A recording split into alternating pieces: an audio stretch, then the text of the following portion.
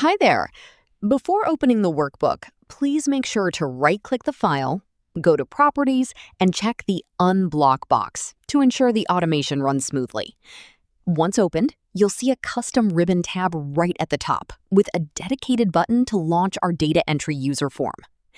Let's look at the dashboard first. It features an interactive timeline so you can filter your results by month, along with a week-specific slicer. You can clear your filters instantly using the Reset button or select multiple weeks at once by holding down the Control key.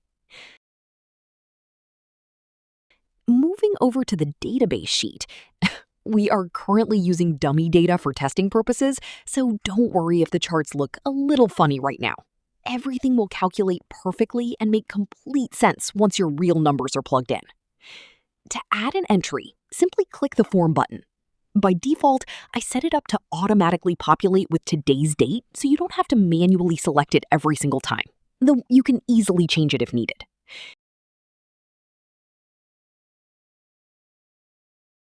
Once you type in your metrics and hit Submit, it will instantly log a new row on the backend.